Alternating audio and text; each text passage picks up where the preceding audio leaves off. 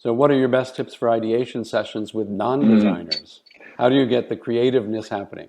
Good question. I actually have a whole presentation that I try to walk through to try and prime people for the expectations of a good brainstorm, because I don't think people know what to expect. I certainly don't think people feel comfortable saying things that would be silly. I think there's all there's like a social cost in business, I think, often to contributing bad ideas. And Yeah. the goal of a brainstorm is bad ideas, lead to good ideas. So please, everyone share their bad ideas so that someone else can take it, flip it, and spin it into, like, take what's good from it and evolve it further. So I do have a whole presentation that's basically has, tips for a good brainstorm. Can bring up see if I can bring up my list of what they are, but it's effectively, um, go for volume, be generative. Um, don't be afraid of saying something that's a bad idea.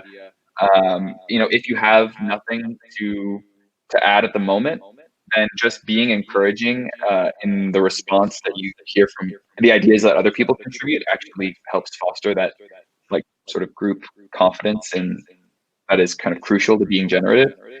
And if you and trying to keep it short as well, and headlining things effectively. So, like, yes, someone might have an idea that occurs to them, and they start to go off on this tangent that's maybe like taking a couple minutes as they explain it, and that's not what you want to do in a brainstorm. You're going for volume, so the goal is to say, like, yes, that's amazing, please headline that in a way that will help you remember and anchor what that idea is on a post-it, put it up there, and let's riffing through them and keep moving through them.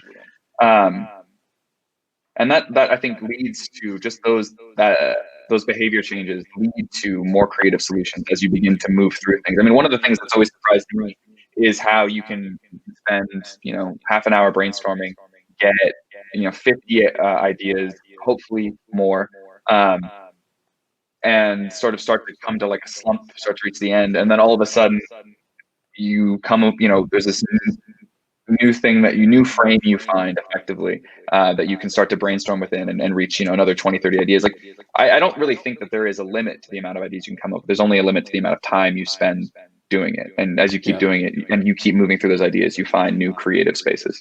Yeah.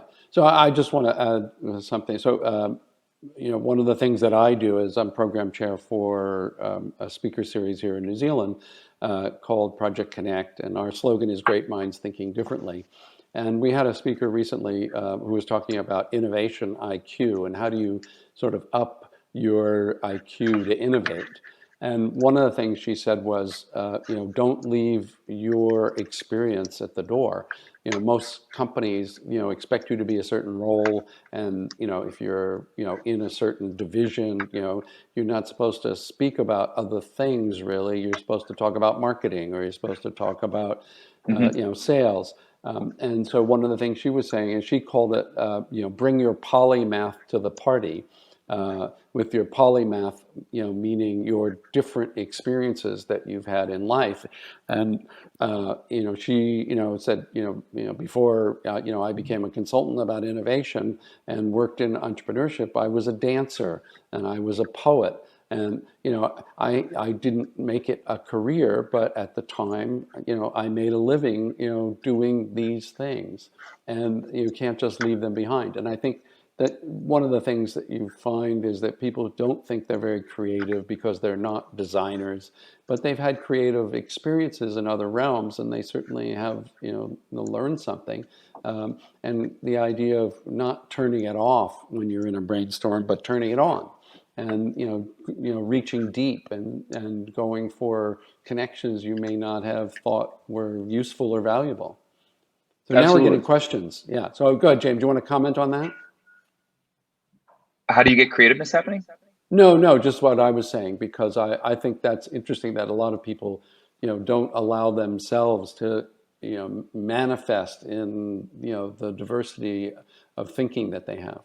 Yeah, absolutely. And I think, from the research, the number one thing you can do to help people be more creative is to just help them feel comfortable. Mm. And Yeah. it's about feeling, and it's about, like you said, like, feeling comfortable contributing things from all aspects of your life and all the different, things that you've learned.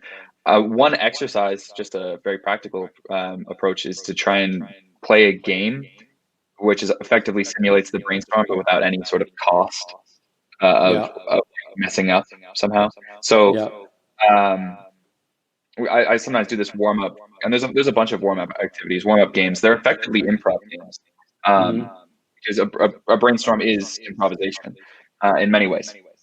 But you play like these, you can play like warm up games from improv. I really like this one that's like yes and party planning, and you know, the idea of like taking something yes and then adding onto it is effectively good brainstorming. You're not shutting anything down. You're just sort of building on and evolving different ideas that people contribute. So in like yes and party planning, it's basically everyone goes around in a circle and says, all right, great, we're gonna have a party. And there's going to be, great singers. And there's going to be lots of dancing. And someone goes, yes. And we're going to, drink margaritas and hang by the beach. And yes, and we go around in a circle and just sort of everyone sort of contributes. And they start to get this feeling and this impression that like it's first thought, best thought. There's nothing, you're planning a party here. They're not going to say anything wrong. And that sort of dynamic and that external experience should be carried over into the actual brainstorm. Yeah. What happens when you get to the naysayers and they go, no, but? You gotta just remind them like that there will be a time for that, and now's not the time. You can't be a no but in this room. It's really hard to be critical and generative at the same time, and I think the science that I'm aware of says that it's actually just not possible.